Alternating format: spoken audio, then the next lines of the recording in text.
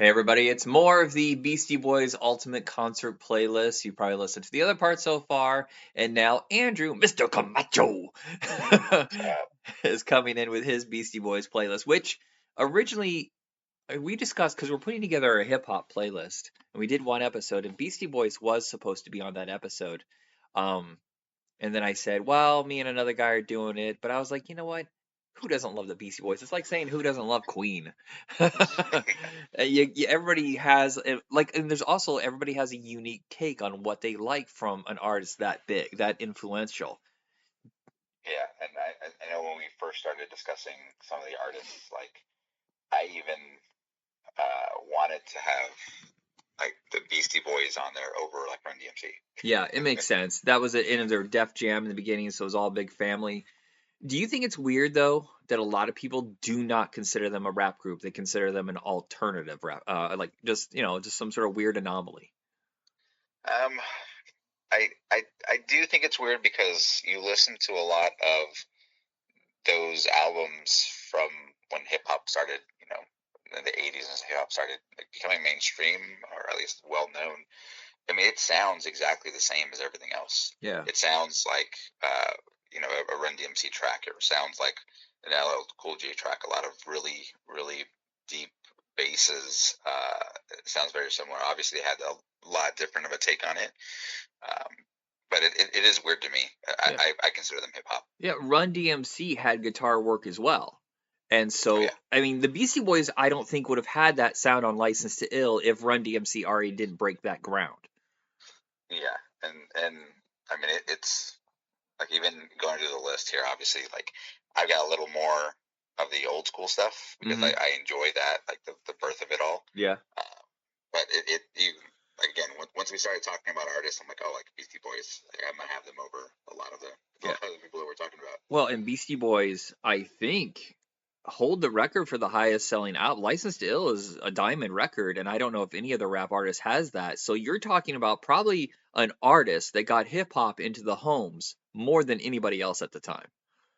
Yeah, and obviously, like in for them, I mean, you got to kind of bring it up, right? Like because they have white skin, like how many more fans are they able to draw in because like of that? Well, yeah, and how many more MTV? That was like a breakthrough for them. It's okay. Well, this is selling, so how about we do something else? There's clearly something going on in '87 '88 where people wanted something new, and thank God for like Run DMC and LL Cool J and the Beastie Boys because otherwise, I don't think we'd have Yo MTV Raps. I think it would have been years before that happens. Yeah, and as much of that we got that kind of accelerated exposure, like it's great because then obviously you have other artists branching out. I mean, without the Beastie Boys, would we have an Eminem? Would we have other influential? I mean, a lot of the underground hip hop artists I listen to now, like a lot of them are white. Like, so how many of them would we not have because of Right. them? Yeah. All right. So let's start off our perfect concert playlist. What is your first song? All right, so gotta come out and grab everybody. So the first song that I have is Sabotage. Okay, that's the one that I think that and Intergalactic are probably the most well-known cross audience songs by Beastie Boys. Even Yeah, more than and the Right to Fight to Party, I think.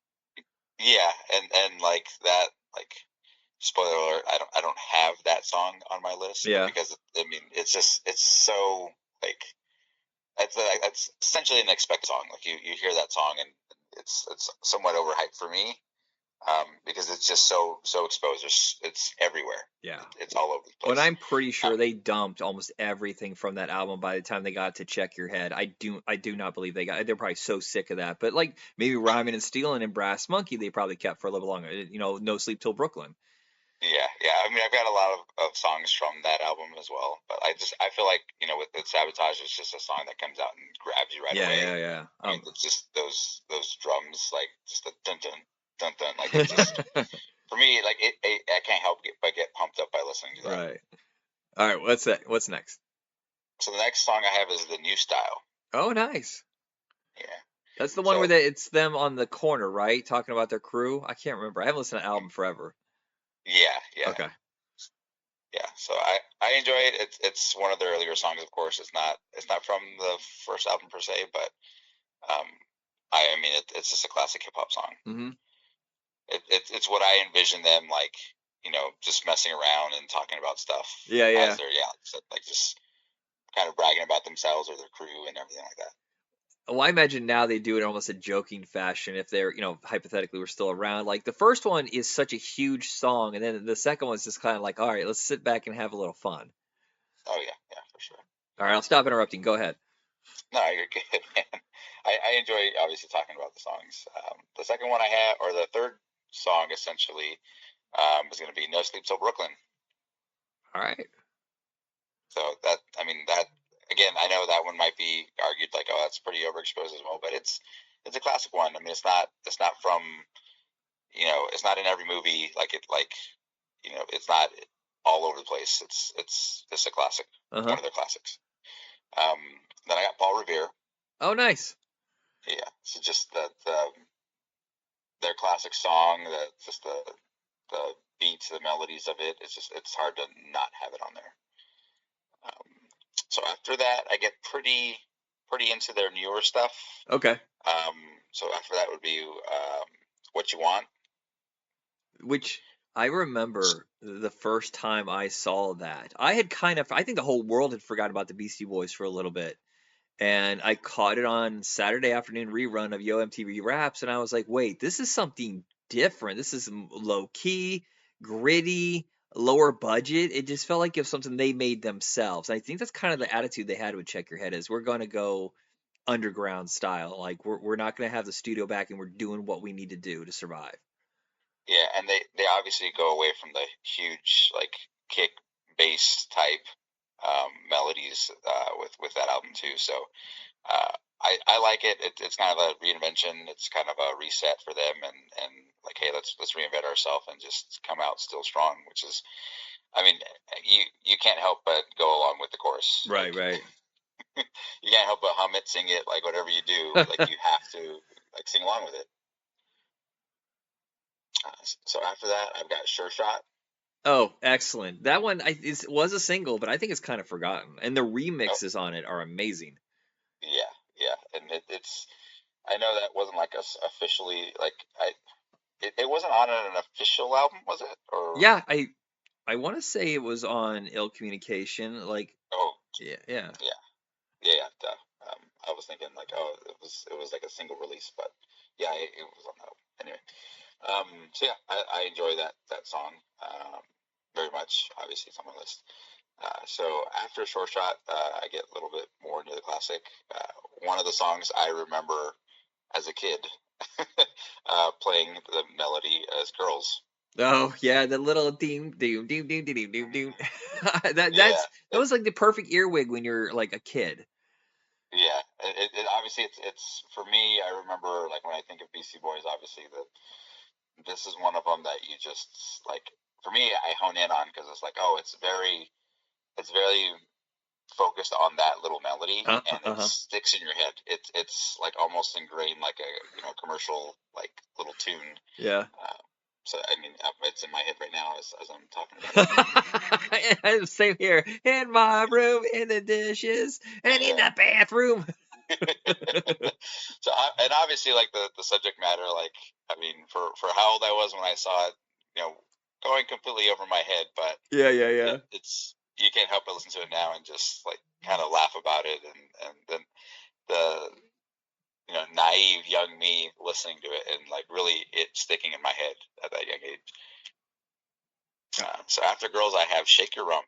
Oh, okay. So Paul's Boutique. Everybody knows now. What do you think was in their heads when they did like this insanely elaborate, horribly complicated, like layer upon layer of samples and stuff like that? And it's rejected almost immediately. It only goes gold when the other one went 6 million, and the studio almost was like, "Ew, I wish we hadn't signed this contract. That must have fucking sucked." Yeah, and like obviously it's a huge swing, right? Like it's definitely something that's overcome.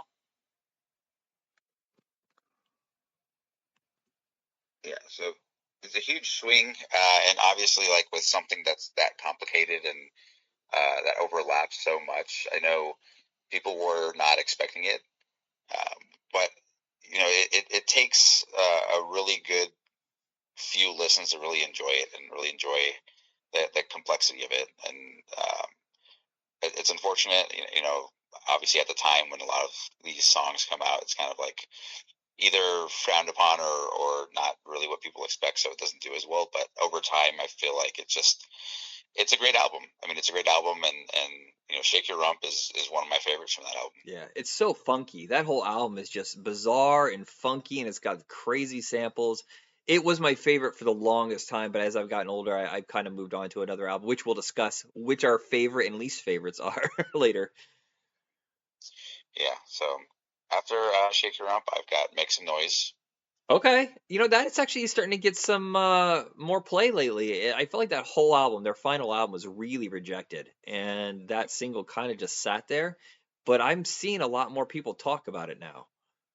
Yeah, and maybe it's just an appreciation for like I was just thinking earlier about when we're gonna sit down and discuss this. Like like the Red Hot Chili Peppers are still making music, and even though a lot of those songs are not really played as well or played as much or looked at like normally, like there's still some really great songs. And I think this is one of those songs and albums where it's like they put something out, and at the time it's kind of like, all right, like we've had enough Beastie Boys and whatnot.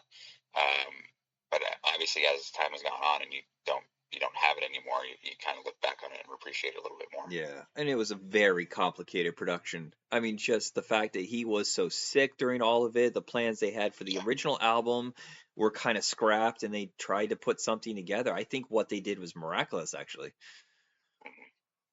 Yeah, and it's one of those things where like every time I listen to that last album, I can't help but think about everything, the health concerns Yeah, yeah. and just them really being able to actually put something out. Like it makes me a little more grateful for it. All right. What's next on your list? Um, where were we at right there? Make some noise. Yep. Yeah. So next is Get It Together. Okay. Yeah. Is So that from Hello pretty. Nasty? No. Yeah. Yeah. Yeah. So pretty. I mean, again, like I enjoy that song a lot. All these songs I enjoy, obviously, but I like to obviously mix it up as well. So Yeah. Oh wait, no, that's from Ill Communication because oh shit, Tribe Called Quest. Shit, who is the main guy in Tribe Called Quest? Like Q-Tip. Q-Tip. Yeah, he Yeah. sits in on that one. That's right. Q-Tip's on it. Yeah. So Yeah. it's featuring Q-Tip, and I've always enjoyed Q-Tip. I like a lot of what he does, even when he did things like his solo albums. Yeah, yeah. Amplified's a great Like one. yeah, I liked Kamal Abstract. The Renaissance was like my album of the year when it came out. Oh, So okay. I like and enjoy a lot of what Q-Tip does. So. Sorry, I yawned. I hope they didn't catch that. It's very late for me. You're totally good. All Yeah. right. So after Get It Together, I got, of course, Check It Out. The why am I must be getting tired. Which album is that off of? Is that off of To the Uh, Five Boroughs? yeah, it's Okay. one of their newer albums or their more recent albums. Okay. I'd have to. I think that's the lead single off It's, it. Oh, is that the one that goes dun dun dun dun dun? Like it's a little more faster paced. yeah, check it all those TV addicts or whatever, Klingons. I can't remember. I am getting punchy from exhaustion. But yeah, if that's the song I'm thinking of, if it's the first single up To the Five Boroughs, I remember hating it at first because it was Oh, so really? in your face, and I was like, what is this? And then Yeah, really like, okay, hold on a second, I'm getting this now. Then you listen to the whole album, and you realize it's all a love letter to not just New York, but all the hip hop they grew up with. They do an old yeah, school album with that one, and which threw me off because Hello Nasty's so electronica infused. yeah. And I mean, obviously, it's that first single from the album, and it's for me. I think it's a really good intro to what the album's going to be, Yeah, and just like, hey, like, come check it out. And that's another chorus of theirs that you just can't help but like sing along in your head every time totally. it Yeah, starts yeah, going on. yeah. All right, Like go you have ahead. to sing it again. So, so after check it out, Eggman. Yes, the Psycho sample is insane that they would even use that during the whole stabbing sequence, and it Yeah, works. Yeah, yeah, and I'm a huge fan of sample. Like I'm a huge fan of like hearing something in music and be like, oh, where's that from, and trying to make the Yep. connection. And like so, it's just one of those classic ones. Obviously, with Psycho being so widely known and appreciated, cinema wise, you can appreciate it in a song, or you hear something like that in a song. Yeah, Busta Rhymes did it so well with years later using the orchestra music from Psycho. Oh yeah, Uh, yeah, and that's the like those are the little things, the little kind of Easter eggs that I hear like in music that I can appreciate a lot as well, and yeah. I can hear the reference and be like, oh hey, this is from here. Like I just appreciate it a lot. So All right, what's next? so then after Eggman, I get a little more classic with just Brass Monkey. Okay. That's the first time I'd ever heard of them. We did not have MTV. I wasn't really listening to the radio that much. But my neighbor started singing it and I thought it was funny and I was like, "Who is that?" And they told me and I was like, "Well, now I got to know who this is." I took my allowance money and I bought that album completely unheard. I mean, except for the little fragments that she sang. Ah, it was an Yeah, awakening. yeah, and I feel like that it's not so, especially like the beginning and getting into it, like it's not so in your face at first. Yeah. Um, it's just dun dun dun dun. Like it's very different for the time when music and hip hop was so in your face with a huge bass right off the bat and hi hats, and this just kind of settles you in with that slow, and then just bam ramps up from there. Well, it's so weird. I've never been able to describe that exact bass sound, and I've always nicknamed it bubble bass, which is not a thing. That's complete. But I don't know what it feels like. Do you remember Super Mario Brothers 2? Yes. When speaking of Eggman, when the dinosaur is shooting eggs out of its mouth, Yeah. It's like it oh feels that's in my head bubble bass. Bow, bow, bow. yeah, and it's definitely like obviously highly synthesized, but it's definitely something you don't hear from the time, and Yeah, you don't really hear after a whole lot either. yeah, it's such an unusual sound, and it just sticks in your head. That's the thing about the Beastie Boys. I feel like the stuff they made, while it never actually sounded the same, they didn't have oh, that's them, that kind of feel. You always knew this is weird and unique. Nothing else is like this. Yeah, and that innovation, the ability to take those big swings, I think for the most part, like I've already said in a few of these songs, like you just can't help but hum along or sing along or like have the melodies stuck in your head. Um, and they're all different. Yeah. Like they're all so differently, and there isn't a signature, essentially a signature sound from them. All right, what's next? Where are we at, by the way? So after that, it's kind of the calm before the storm. Okay. I know we've discussed my previous list. Like I like a lot of melodies, a lot of things. At times that don't have to have a whole lot of lyrics. So Mhm. it's flute loop. Wow, I don't know what that one is. What is Oh that? yeah. So flute loop is more of a like instrumental type thing where they just let the DJ do his thing. Okay. Um, so I think it was from It's okay. I don't want to drag it out. Like I gotta look this up. it's from Three Communication Oh, '94. okay. Yeah, some of the instrumental stuff I don't know the names of because there's no chorus to lock in on. Yeah, yeah, and so that's just one of them that's always stuck out to me. And listening to all their catalog again and revisiting things, um, it's a lot more melodies. The DJ kind of does his thing, Yeah. and like we discussed last time, like I can appreciate that. I enjoy that. This I'm sure this song a lot of people just skip because there's no words, no Mm. lyrics, no really not much to absorb. But I definitely appreciate like having just DJs go and just play a melody and doesn't have to have words to it. Yeah. I mean, there's a reason why I enjoy lo-fi hip hop so much. So that would be Um, DJ Hurricane. I listened to his solo album he did after he left. He did two albums with them. He did Check Your Head and Ill Communication, and then he went off on his own. And some of his stuff's really good. yeah, yeah, and like I mean, we've had some conversations, and I'm sure we will, like in the future. Like the DJ, like unfortunately, he's just a forgotten part of hip hop. Like Yeah, unless your you name just is in sit the there. title, then Yeah, well, no, they're still like kind of cast off. Whenever they have their own albums, they have to have guests come in and in order to sell the album, because no one just listens to just usual, just like mixing, and Yeah, doing whatever it is they do behind the scenes, behind the lyrics. yeah, and that's the funny thing. Like hip hop started as it being spotlighted for DJs. Yeah. MCs were supposed to hype up the DJs, and that's Well, all about the music and the melody. So yeah. I'm always that kind of purist of like when I hear something like this, like I can appreciate it, I enjoy it, I like to hear it. I love to hear things like this live.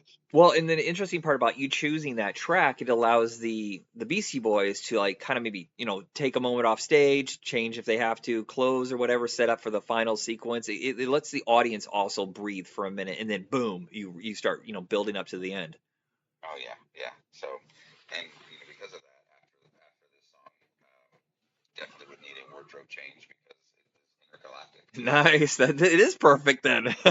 Yeah, yeah, and that like I remember watching the video as a kid, just busting up laughing and just enjoying it so much. We tried to do this at karaoke in front of a lot of people. And all three of us were so winded and so uncoordinated, it was embarrassing. I sat my ass down. I didn't even finish the song. We all kind of were like, just, you good? Yeah, we're good. Let's go sit down. It's impossible. It must have taken so much coordination. By that time, they're a well-oiled machine, so I don't even know what I'm worried about. Yeah, yeah. So I mean, I feel like that's just the best song to go out on. It's yes, super commercial at times, but for the time, like it wasn't. I don't feel like it was a super popular song. Like it really, this is one of the songs that grabbed me because of the video. Like I Yeah. enjoyed the song because I enjoyed the video more.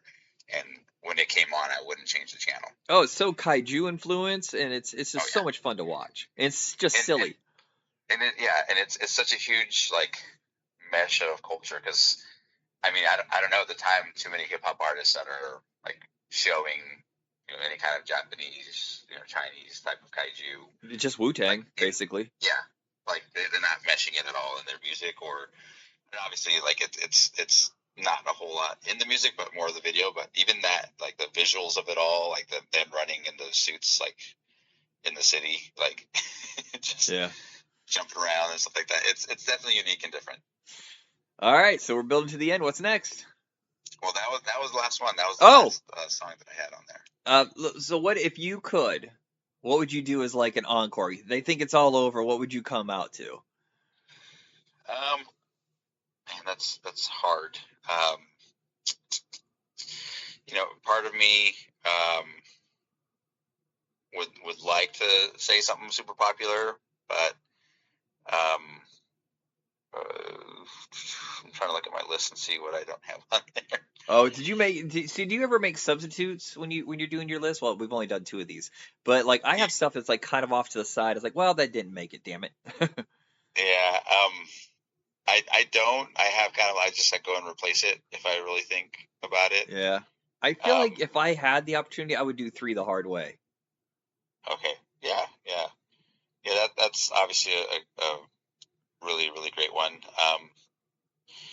I mean, you can go ahead and put in, for the popularity's sake. I mean, you can even go and throw in like, fight for your right. Yeah, I mean, that would make people lose their minds, especially if they hadn't played it in 30 years, you know? yeah, yeah, Like, oh my God, and they're I mean, doing it.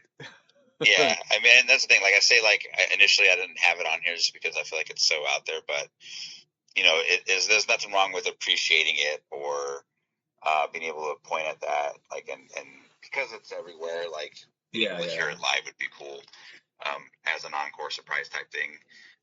It's not obviously it's not like one of my like top favorite songs, just because, like I said, it's everywhere. It kind of gets drowned out when you start hearing it, but there's definitely a reason why it's up there as far as their songs, and it's everywhere. So, I changed it around. I'm not going to ask you your least favorite album because that's not this kind of show, but what is your favorite album of the bunch?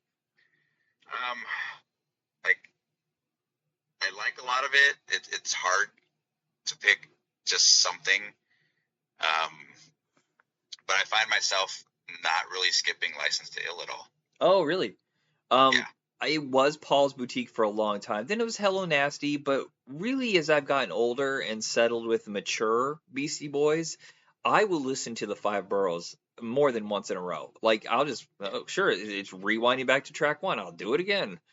Yeah, yeah, and it's honestly between the Five Boroughs and License to Ill. Yeah. I feel like for just the appreciation of them and for the influential stuff, like I can listen to License to Ill and just like you said, like have it play, and like I don't have the desire to skip a song. Nice. So. All right. Well, thank you for this episode. And I mean, yes, everybody at home, thank you for listening. This was a fun. I love talking about the Beastie Boys. And when people, and it's cliche-ish shit for a white dude, but when people ask me my favorite hip hop group, look, part of me wants to say Jurassic 5, but I know me as a kid, I was just so insane for the Beastie Boys, and I still listen to every album. Oh, and when I say I listen to every album, I do not skip a track. It's I don't know, it's an experience. Like everything that they put together on every album is you're supposed to enjoy the ride. Yeah, It's not they're not a greatest hits album to me. Oh, I couldn't do that. That's like sacrilege. That's like just skipping out all the little experimental pieces that help them grow as they aged. yeah, and I'm the type of person where like if I'm gonna listen to an album, I start at the first song and then just let it go, like let it ride, like Yeah. I let it ride to completion. And being able to hear how the songs are arranged by the artists and why they're specifically in the order they are is another appreciation of mine. Like it definitely sounds weird. Like you put on obviously like I put on License to Ill and it's like rhyming still and right after that. All right, cool. Like I expect new style to come up. Like this is Oh kind of yeah, yeah. go If with the I ever flow. have them, if you ever hit it like on Spotify and you just hit like their top hits or whatever just to get it going, and then your brain is already wired to expect a song after a certain song, and when it doesn't happen, you're like, whoa, whoa, whoa, whoa, whoa. Yeah, yeah. It throws you for a loop, or you accidentally have it on shuffle or something. You're Yeah, like, yeah. wait, no, like this throw and really like there's times where like it'll throw me off so much. Like I'm like, no, like let me figure out what's going on here. This isn't right. All right. Well, that is it for us, everybody. I'm not sure what we'll do next. Oh no, I do. I do. We're doing what it was Gangstar, EPMD, and Big Daddy Kane. Yes, sir. Yeah. So yeah, we're working our way through. That's the easiest way for my brain to organize is just to go chronologically. Yeah, Yeah. yeah, and I've been lucky to obviously revisit a lot of Gangstar stuff. I'm a huge fan of his, and um, I enjoy like almost everything that he's done. So Yeah. Guru is a genius. yeah. All right. That is it, everybody. Have a good one. Hey everybody, welcome to Hit Rewind. This is the intro-ish. Look, how do I explain this?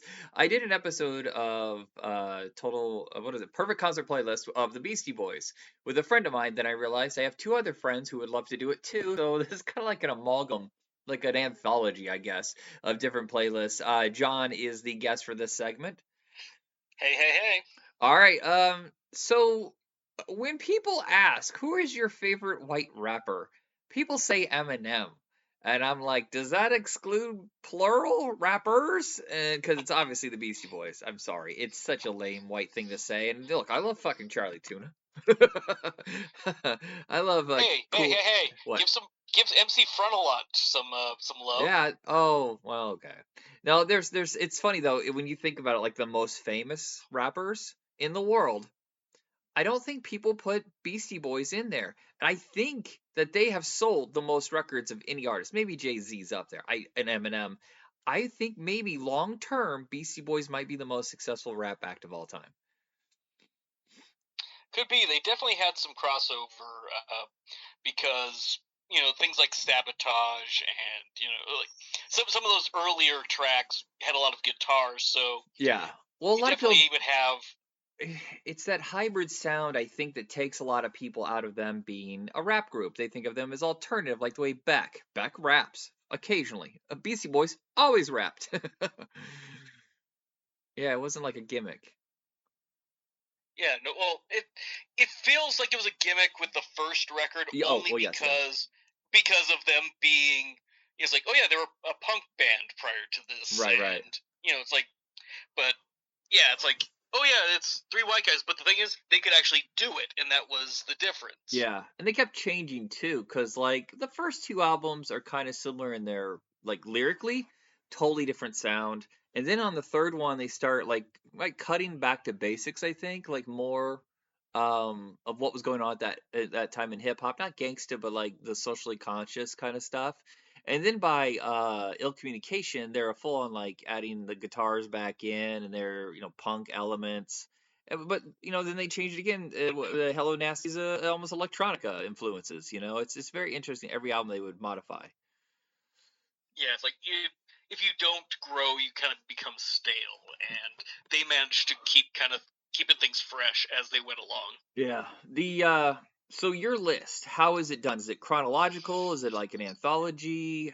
How did you mix yours up? Oh, mine is in a way just kind of how I've done all these other playlists, where it's a concert set list, where it's pretty much kind of how I would imagine wanting to go to a concert would be. Okay, yeah. With so it's not.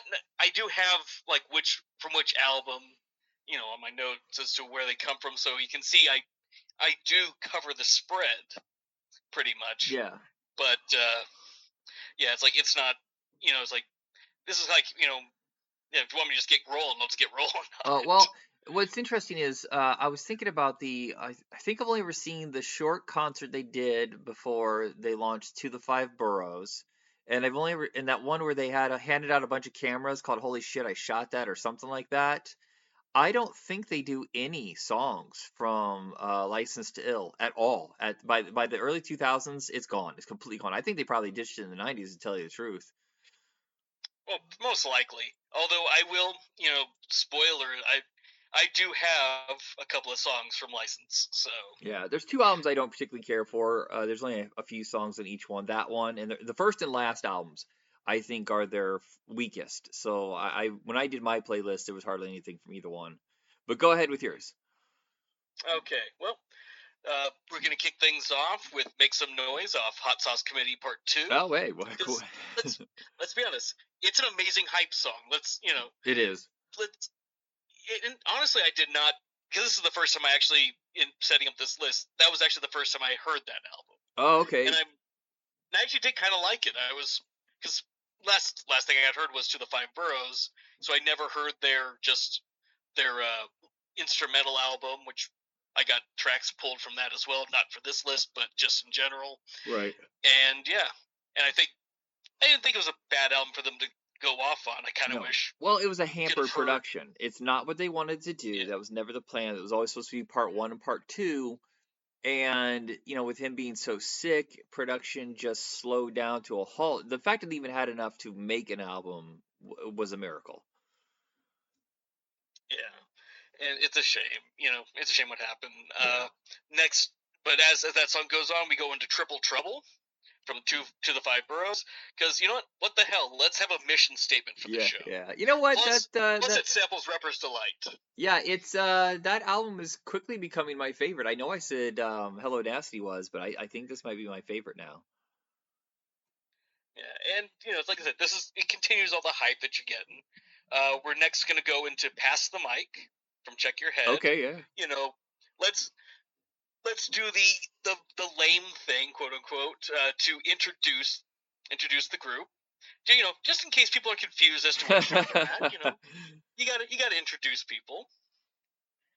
From there, we go to Hey Ladies from Paul's Boutique. Nice. Now it's time to have some fun, and we're gonna keep it going with Body Moving, but we're gonna do the Fatboy Slim remix version. Okay. So you have some cult faves. I hate the album cut. Oh. You have some cult faves, and now you have more of the bigger names. I mean, that was a pretty big hit for them. Yeah. Well, it's also, I'm going to go with the hit, the biggest hit, really. Let's go with Intergalactic next, also from Hello Nasty. Go back a little bit. We're not going to slow down. We're going to keep everyone hyped. Going to Shake Your Rump, Paul's Boutique. It's got such a funky vibe. Yeah, this is a party, man. We're here to have fun. Yeah.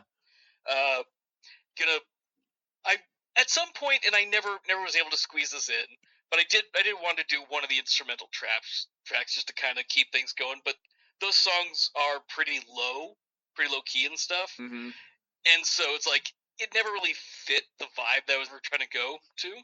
Yeah, I don't But know how would you do that? Like, if they wanted, think they would do it while they were like changing costumes or set pieces or something like that, and just have they wouldn't be playing it. They'd have like their guests instrumentalists come in or something like that. I don't know what it's like for them on tour. Do they have yeah, guitarists and drummers on stage? Are they doing it? I have no idea. yeah, I couldn't say, and it's like, yeah, and it never seemed to work within my flow. But that is something that I would have loved to have found a way to work in if I could have found it organically. Yeah. But but from Shake Her Up, we go into Check It Out from To the Five Boroughs, and we're gonna keep this stuff fun and funky because normally how my list would be was like 10 songs and then 2 encores. I'm actually doing 3 encore tracks on this one. Okay. Just spoiler alert on that, but we got one more song to go, and the last one's going to be An Open Letter to New York City, because we're going to end this part of the show with a song that's basically kind of epic for them. Kind of feels like it's a big song. Yeah, and again, yeah. it's their love letter to where they live and all that stuff. And people forget it was post 9/11. Just dealing with that trauma. Yeah. Yeah. So then they go off stage. Everyone gets ready for the big thing, and we start off. I'm gonna list the 3 songs, and then they'll explain what happens with this. Excuse me. Sabotage from Ill Communication, Fight for Your Right from License to Ill. I know they hate that song, but give me a moment. Yeah. Well, you're hiring them. You're in charge. Yeah. And then No Sleep Till Brooklyn. Okay. Okay. Now, imagine hearing that opening guitar from Sabotage. People start coming, everyone's coming out. And then Tom Morello steps on stage, and he's sitting there and doing all the scratching and stuff that he does with his guitars instead of it being a DJ or anything.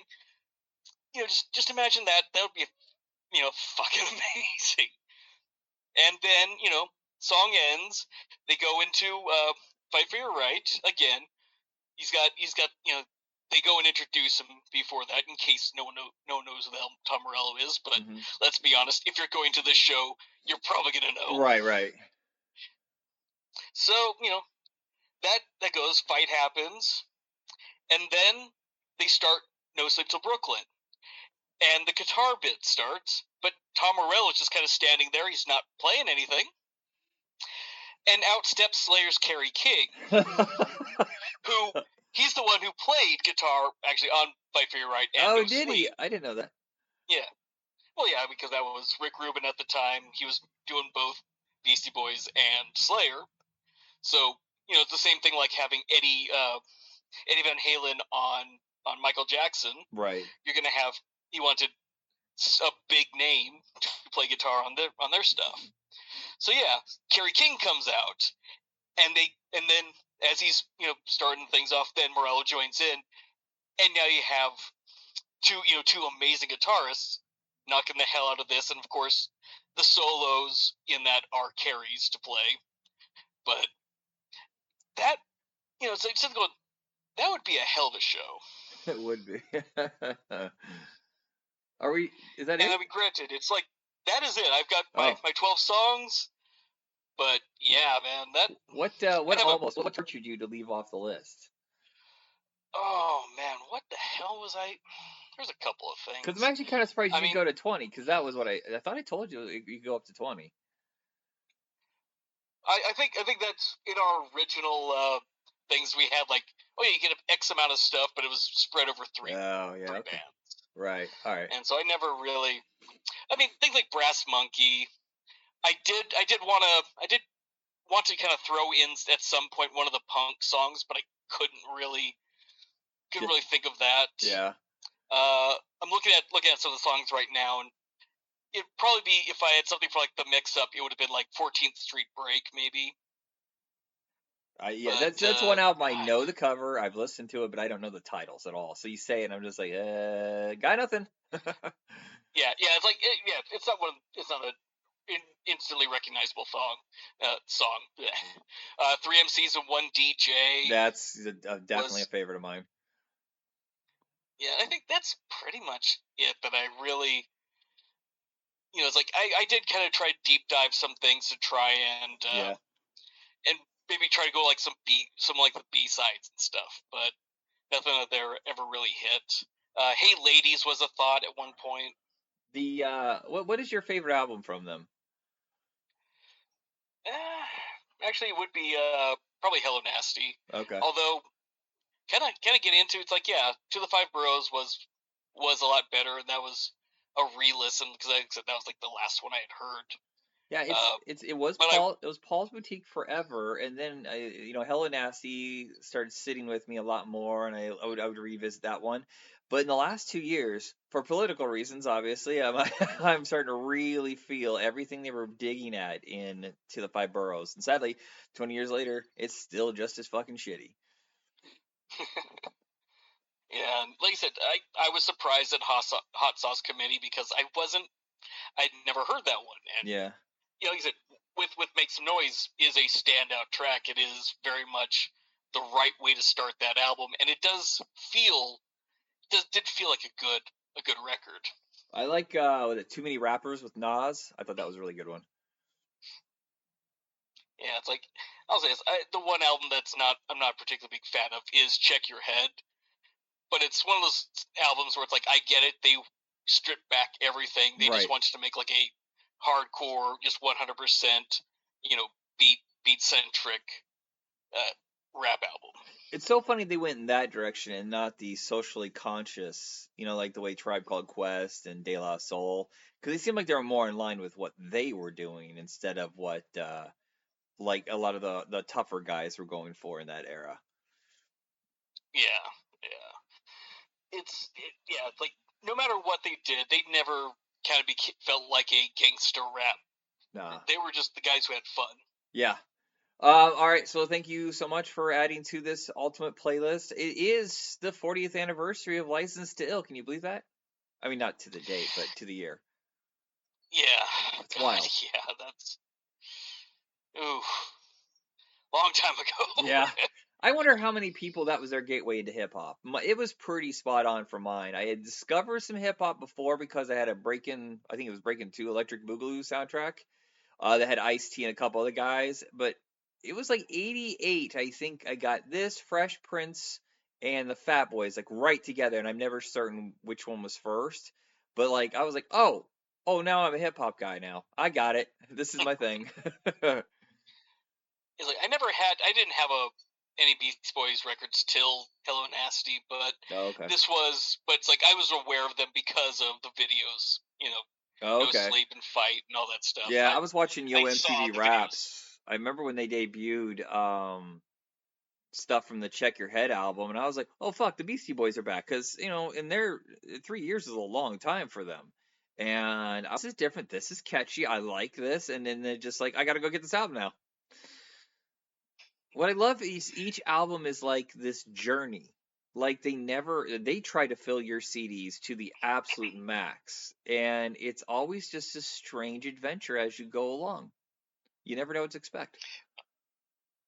Oh yeah. And like I said, we talked about Paul's Boutique and on our music show. Yeah. So it's it's like re-listening to that again and going like, God, I love the instrumental on that record so much.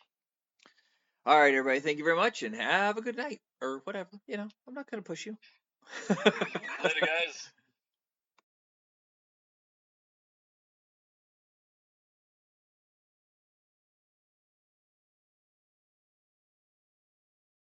Hey, everybody. Welcome to Hit Rewind. This is Michael, and over there is Tony. Howdy. Over in the distance, there's Tony. That's not a song. I just made that up. This episode is a special one. Usually with Perfect Concert Playlists, we have more than one artist, but we both love the music artists for this episode, so it's solely devoted to them. 20 songs, one band. Tony, tell them the band.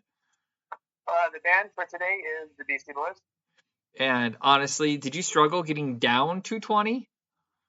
Yeah, I mean, I was trying to be kind of diplomatic with this list, trying to hit kind of like not something from every album, but stuff from like their whole discography. not something that just leans heavily into one or two albums, which I think most people's favorites are from one or two albums, if they're honest. You know what I mean? But yeah, I try to make it the scope of their career. Yeah.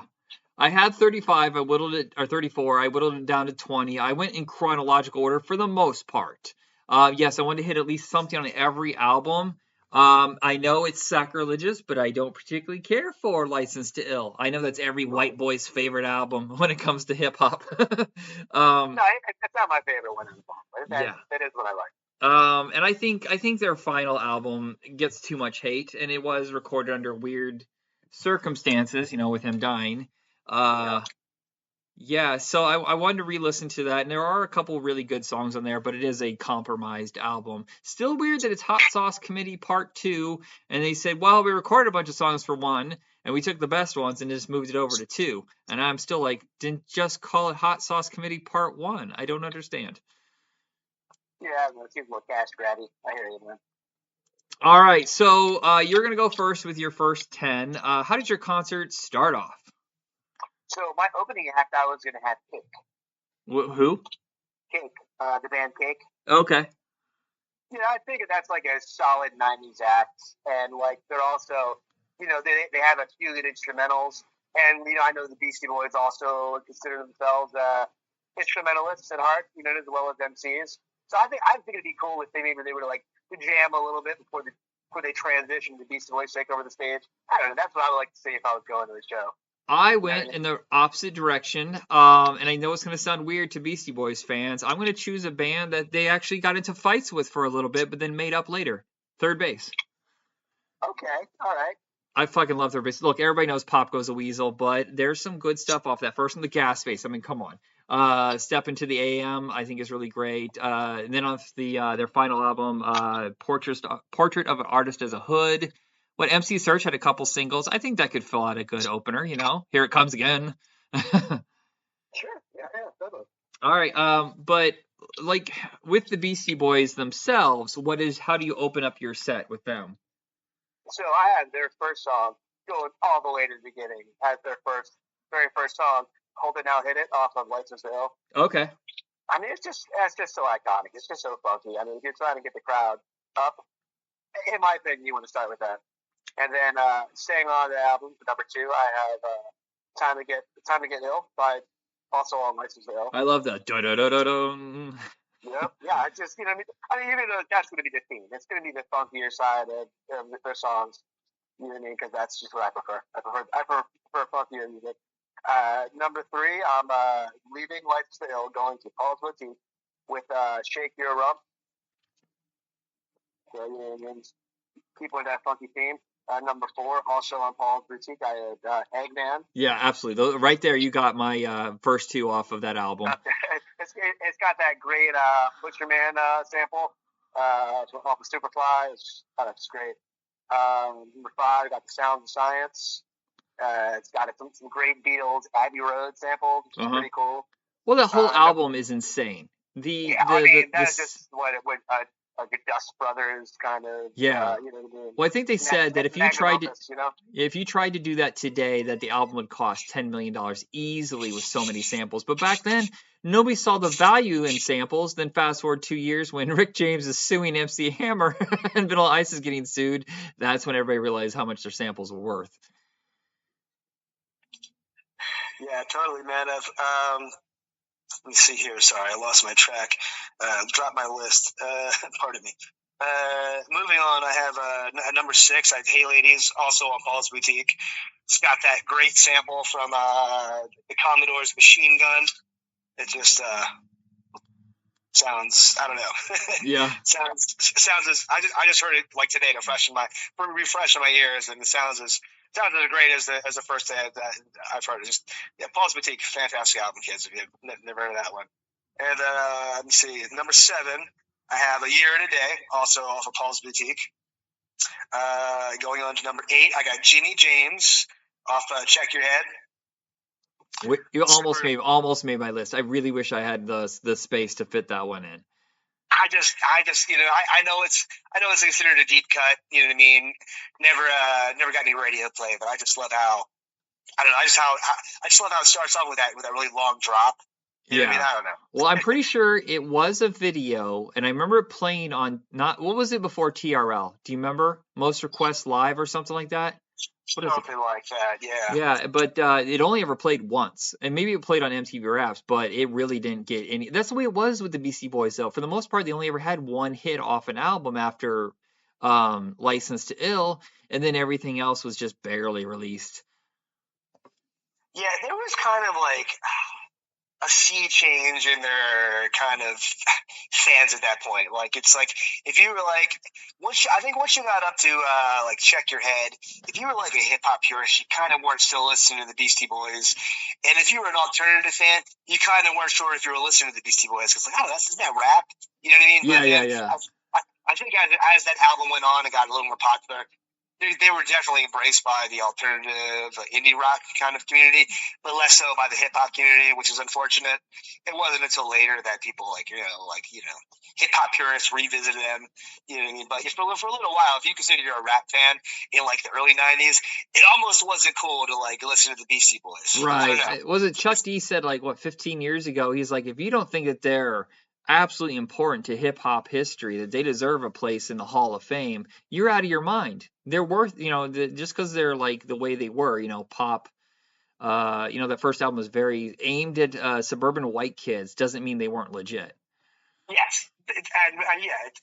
Totally. Just because it resonated with a lot of white kids doesn't mean it's not a great album, and they're not great MCs. Well, I bet you that there was a gateway for the Beastie Boys into other hip hop, because they had other artists on there. Like, okay, who's Q-Tip? He does a really good job on this song. Let's go check out Tribe Called Quest. Who's the other one that the Biz Markie, he showed up a couple times, and obviously something was there. They didn't have a whole lot of guest artists, so if they did have someone, they must have been very important to the Beastie Boys. Right, yeah, and it's somebody who somebody whose vibe they resonated with too. So you're not going to have like whatever hit maker of the day if it wasn't kind of on their level. You know what I mean? So. Like, it'd be weird to hear them, like, rapping with Big Daddy Kane or somebody. Yeah, but they did have Nas, and on their last album, that's a hell of a Too Many Rappers is a great track.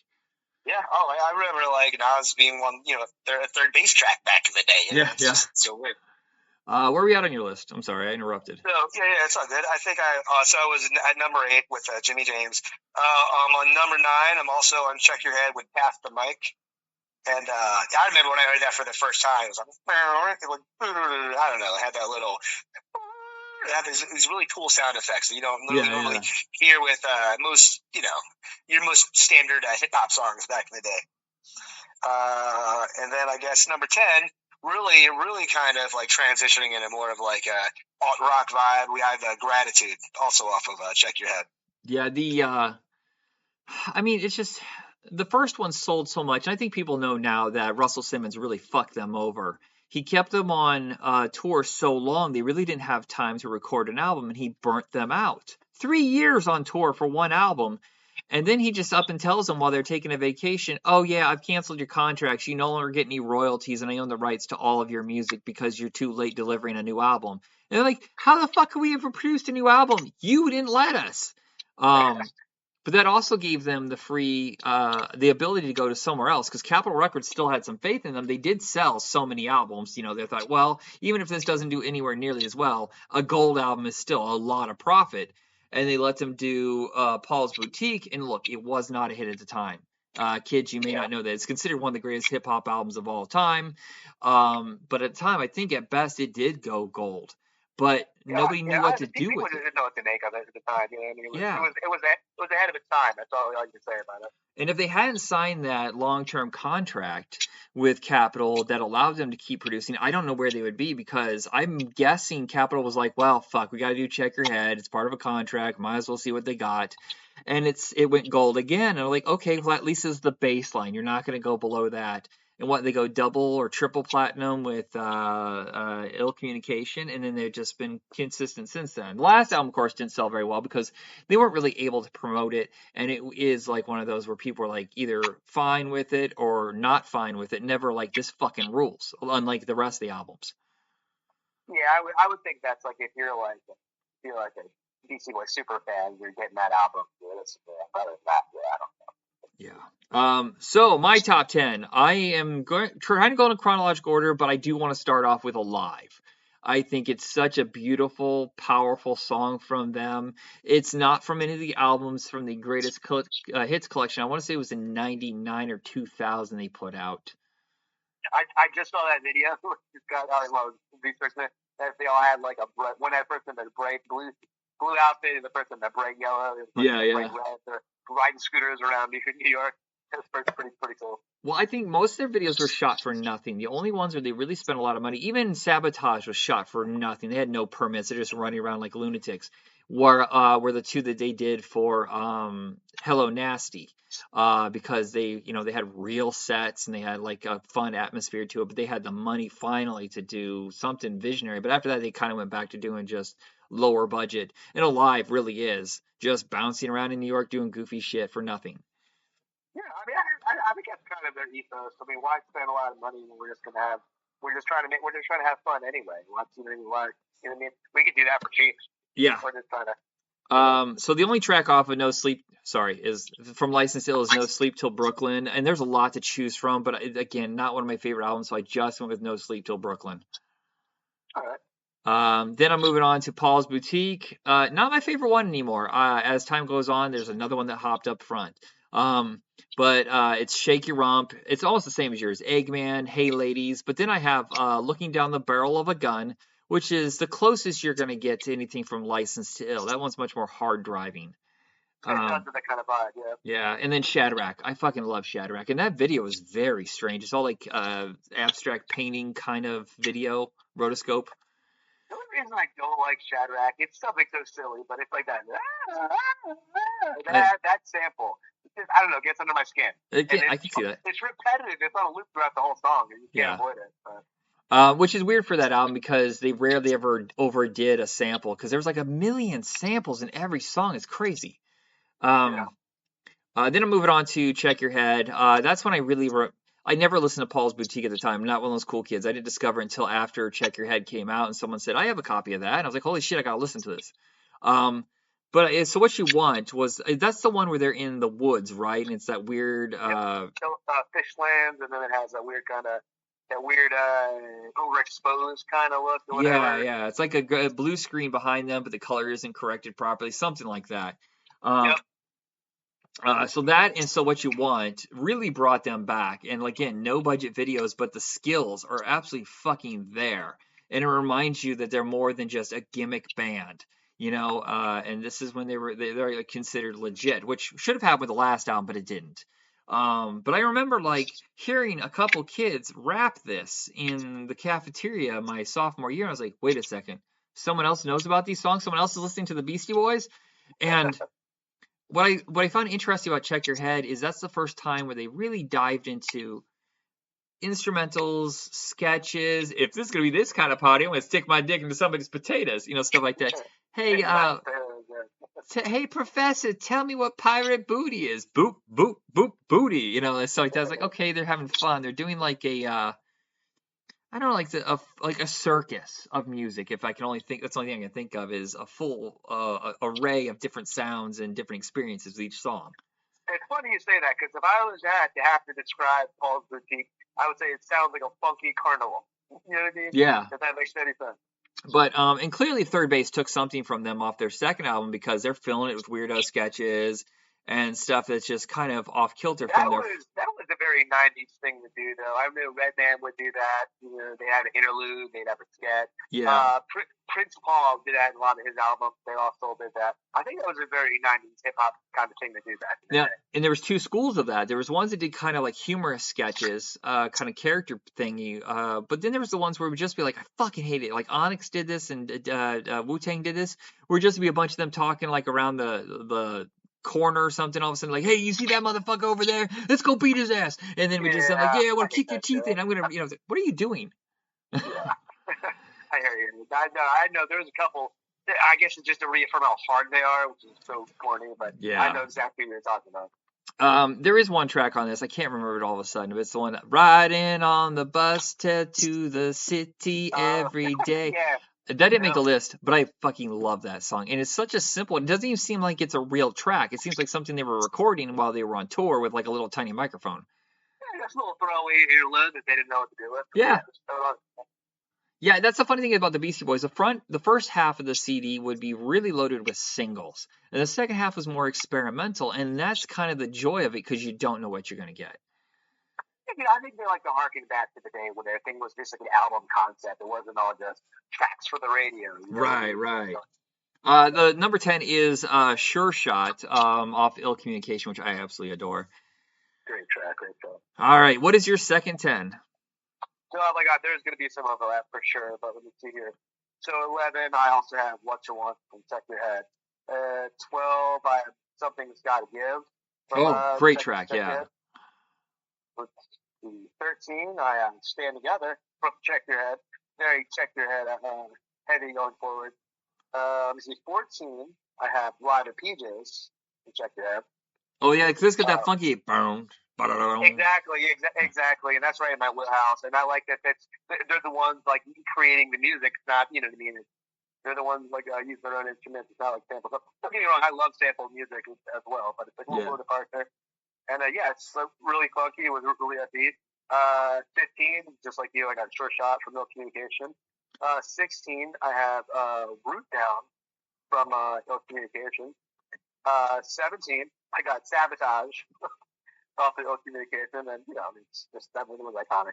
Yeah, I mean, come on, that's the one that really broke them back. And it's so funny is like you said, they started aiming towards an alternative audience for the next few albums, and a whole different audience. You're talking again, suburban white kids, but different suburban white kids. They're not the ones that were discovering hip hop for the first time through the Beastie Boys. These are the ones that are attending Woodstock 94. They're going to Lollapalooza. They're into grunge, but whatever this is, and what's coming next was like Beck and stuff like that.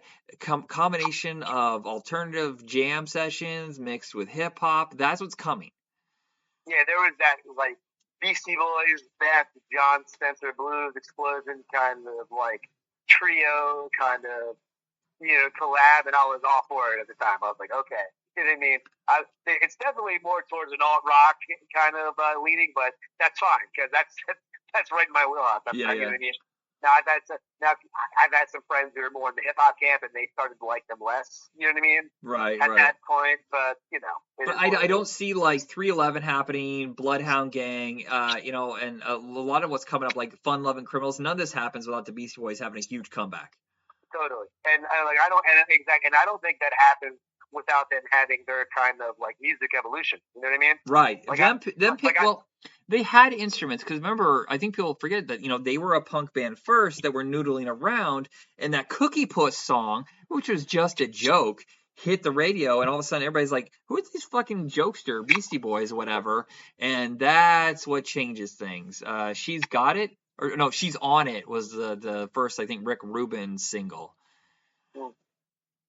Yeah, but like I'm saying, like just like the Beatles, without the Beatles kind of evolution into like Sgt. Pepper's and Magical Mystery Tour, et cetera, they wouldn't have the influence on bands. And without the Beasties' evolution into like Check Your Head and Paul's Boutique, if they did 3 like albums similar to like License to Ill, we definitely wouldn't have this spawn of artists who are definitely influenced by their later work. Yeah.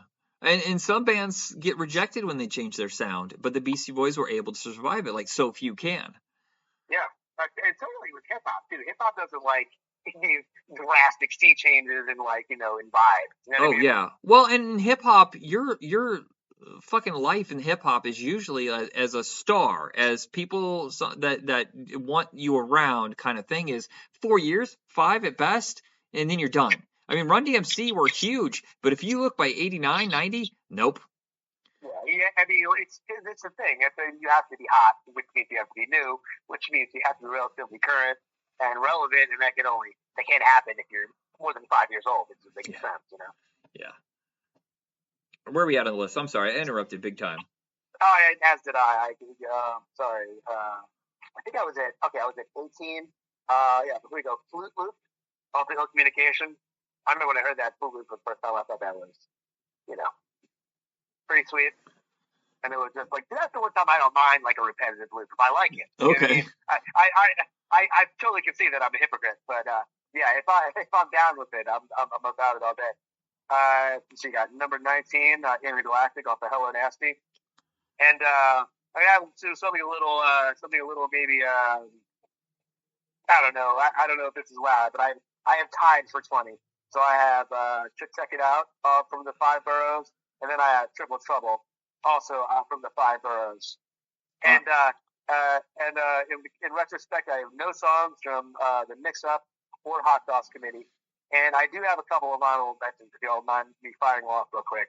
I have honorable mentions: Body Moving off of Hello Nasty, and then I have the Body Moving Fatboy Slim remix off of Hello Nasty. And lastly, I have Free the Hard Way off To the Five Boroughs.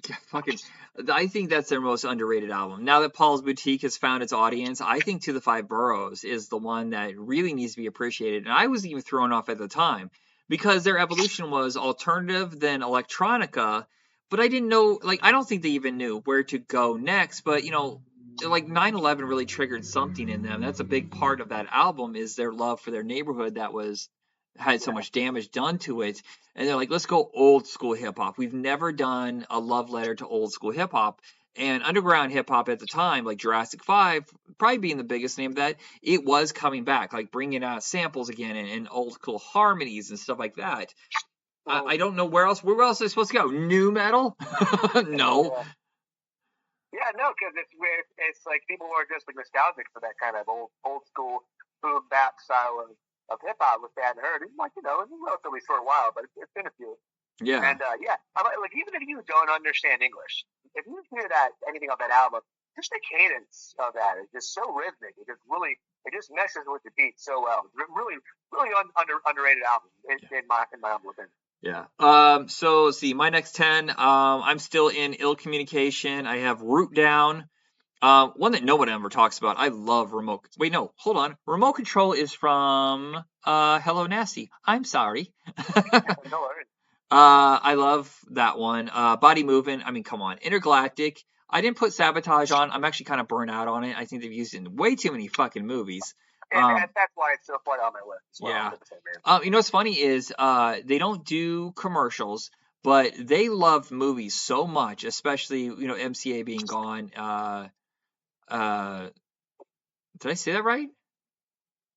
Yeah, I'm sorry. I don't know why my brain farted for a second, but you know, he had that company, Solascope Films, which is still going, but somebody else is running it. They love movies. So they'll license out their songs to a movie they like.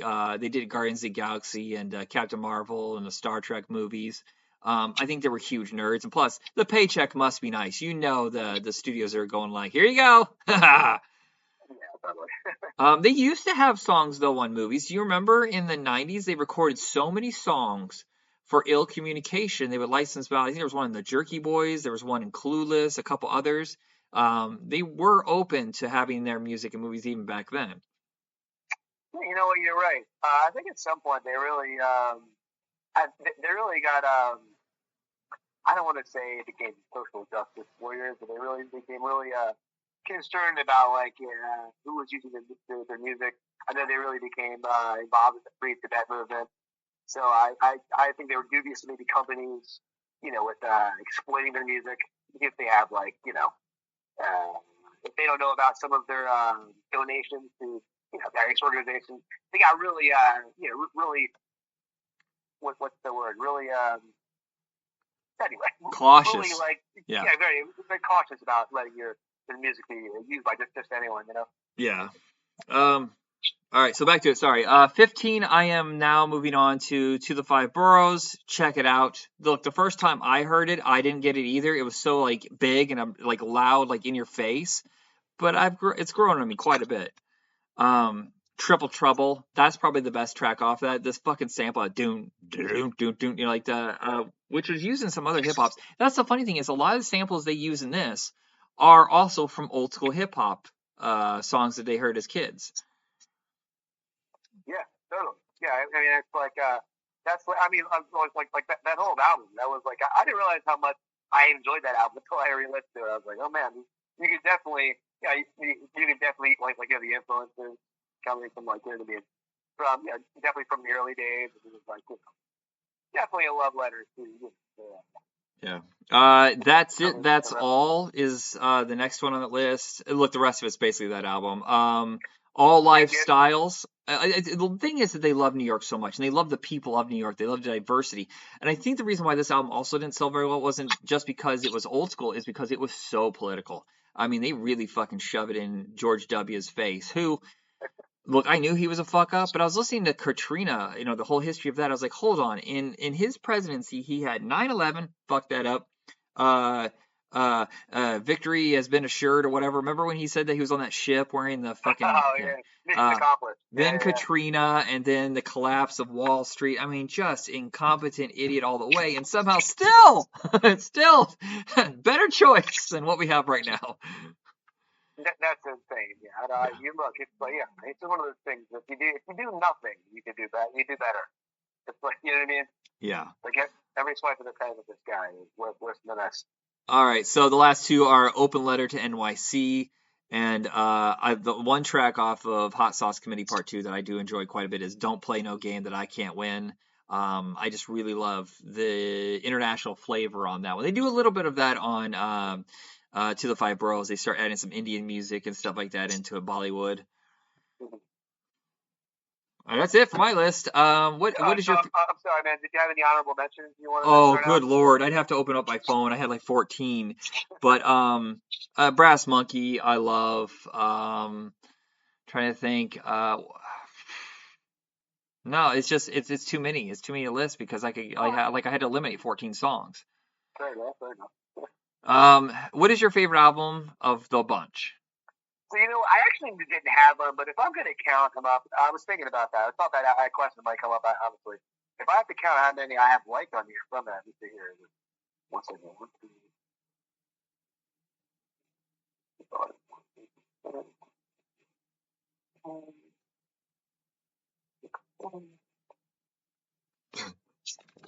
So it's going to have to be, I guess, technically, it's Check Your Head. Okay. I have 7 out of my list, sir, from Check Your Head. I have the most from To the Five Boroughs, but Hello Nasty is my favorite. The thing is that this is a concert, and a lot of Hello Nasty is vibes.